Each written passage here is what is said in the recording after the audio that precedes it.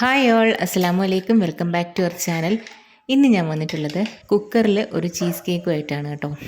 അപ്പോൾ നിങ്ങൾ വിചാരിക്കും എപ്പോഴും ഉണ്ടാക്കിയാലും ഫ്ലോപ്പ് ആവുന്നുണ്ട് കേട്ടോ. ഇപ്പോൾ നേരത്തെയും ഞാൻ എന്താ പറയുക 2-3 ഷോർട്സൊക്കെ ഇട്ടിട്ടുണ്ടായിരുന്നു പുഡിങ് ഫ്ലോപ്പ് ആയിട്ടുള്ളതൊക്കെ. അപ്പോൾ സെയിം തന്നെ ഇത് ഫ്ലോപ്പ് ആവുന്നില്ല, കാര്യം ഫ്ലോപ്പ് ആവുന്നില്ല, ഷേപ്പിലൊക്കെ വ്യത്യാസങ്ങൾ വരുന്നുണ്ട് കേട്ടോ. അപ്പോൾ ഇത് ഞാൻ കരുതി ഫുൾ ഫ്ലോപ്പ് ആണെന്നാണ് കരുതിയത്. പക്ഷേ എന്തായാലും നല്ല ടേസ്റ്റോടു കൂടിയൊക്കെ സംഭവം കിട്ടിയിട്ടുണ്ട്. അപ്പോൾ നമുക്ക് നോക്കാം കേട്ടോ എങ്ങനെയാണ് ചെയ്യുന്നതെന്നുള്ളത്. അപ്പോൾ ഞാനൊരു മിക്സിയുടെ ജാറിലോട്ട് കുറച്ച് ബിസ്ക്കറ്റ്സ് എടുത്തിട്ടുണ്ട്. ഏത് ബിസ്ക്കറ്റ് ആയാലും മതി. ഞാനിവിടെ ഡൈജസ്റ്റീവ് ബിസ്ക്കറ്റാണ് എടുത്തിരിക്കുന്നത് കേട്ടോ. ക്രീം ബിസ്ക്കറ്റ് ഒന്നും എടുക്കണ്ട, സാധാ നമ്മുടെ ഇങ്ങനെയുള്ള ബിസ്ക്കറ്റായിരിക്കും കുറച്ചുകൂടെ ടേസ്റ്റ് വരുന്നത് കേട്ടോ. അപ്പോൾ ഞാനിതൊന്ന് പൊടിച്ചെടുത്തിട്ടുണ്ട്. അപ്പോൾ ഇത് നമുക്കിനിയൊരു ബട്ടർ വേണം. മെൽറ്റ് ചെയ്തെടുത്ത ബട്ടറാണിത് കേട്ടോ. അപ്പം ഇത് എത്രയാണെന്ന് വെച്ചാൽ ഒരു 2 ടേബിൾ സ്പൂൺ മെൽറ്റഡ് ബട്ടറാണ്.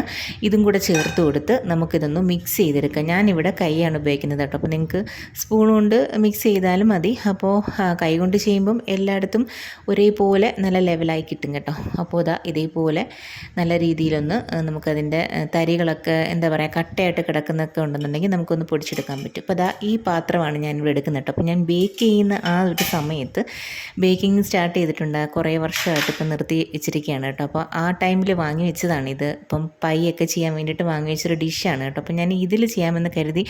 അപ്പോൾ നമുക്ക് കറക്റ്റായിട്ട് അതിൻ്റെ മുകൾ ഭാഗം കിട്ടുമല്ലോ എന്ന് കരുതിയിട്ടാണ് കേട്ടോ അപ്പം ഇതിൽ ചെയ്തിട്ടുണ്ടായിരുന്നത്. അപ്പോൾ ഇതിൽ ഞാനിങ്ങനെ ഇതെല്ലാം കൂടെ ഒന്ന് സെറ്റ് ചെയ്ത് വെക്കുന്നുണ്ട് കേട്ടോ. അപ്പോൾ കൈകൊണ്ട് തന്നെ ഞാനിങ്ങനെ എല്ലാം ഒന്ന് സ്പ്രെഡ് ചെയ്ത് കൊടുക്കുന്നുണ്ട്.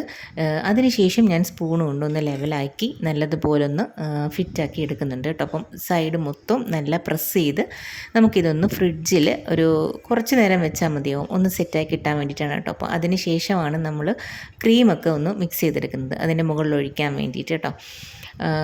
അപ്പോൾ ഇതിൻ്റെ ഇടയിൽ കൂടെ തന്നെ കുക്കർ എടുത്തിട്ട് കുറച്ച് വെള്ളം ഒഴിച്ച് കൊടുത്തിട്ട് അതിനകത്തൊരു സ്റ്റാൻഡ് ഇടണം. ഒരു കുക്കി കട്ടറോ എന്തെങ്കിലും മതി, നമ്മുടെ ചൂടിന് വേണ്ടി നമ്മൾ വെക്കുന്ന ഒരു സ്റ്റാൻഡ് ഉണ്ടല്ലോ അതായാലും മതി. അത് വെച്ചിട്ട് നമുക്കിതൊന്ന് 10 മിനിറ്റ് പ്രീ ഹീറ്റ് ചെയ്തെടുക്കാം. വിസിൽ മാറ്റുക കേട്ടോ. എന്നിട്ട് വീണ്ടും ഒരു പാത്രത്തിലോട്ട് ഇത് ക്രീം ചീസാണ്. ഇതൊരു എന്താ പറയുക ഒരു 1/2 കപ്പ് ക്രീം ചീസ് എടുത്തിട്ടുണ്ട്. അത് നമുക്ക് നേരത്തെ തന്നെ ഫ്രിഡ്ജിൽ നിന്ന് എടുത്ത് വെക്കണം കേട്ടോ. എന്നിട്ട് കണ്ടൻസ്ഡ് മിൽക്ക് ഒരു 1/4 കപ്പും കൂടെ ഒഴിച്ച് കൊടുത്തിട്ടുണ്ട്.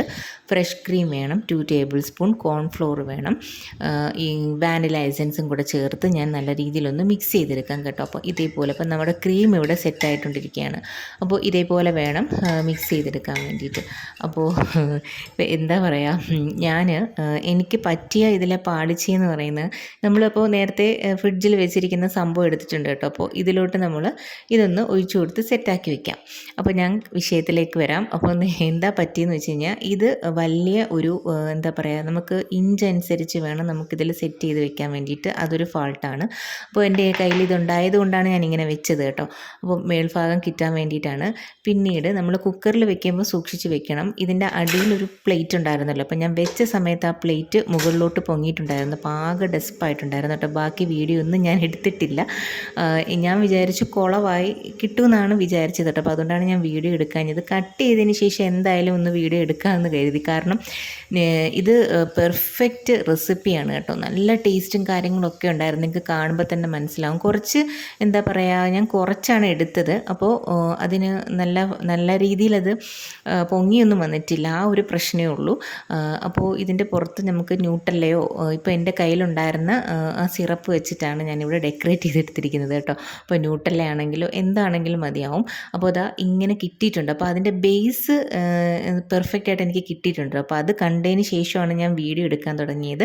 അപ്പോൾ എന്തായാലും നിങ്ങൾ ഈ റെസിപ്പി ഒന്ന് ട്രൈ ചെയ്ത് നോക്കുക കേട്ടോ. അപ്പോൾ നല്ല ടേസ്റ്റ് ഉണ്ടായിരുന്നു. അപ്പോൾ എന്തായാലും ഇവിടെ ഷേപ്പിൽ കുളമാവുമെന്ന് കരുതി ചെയ്തതാണ് കേട്ടോ.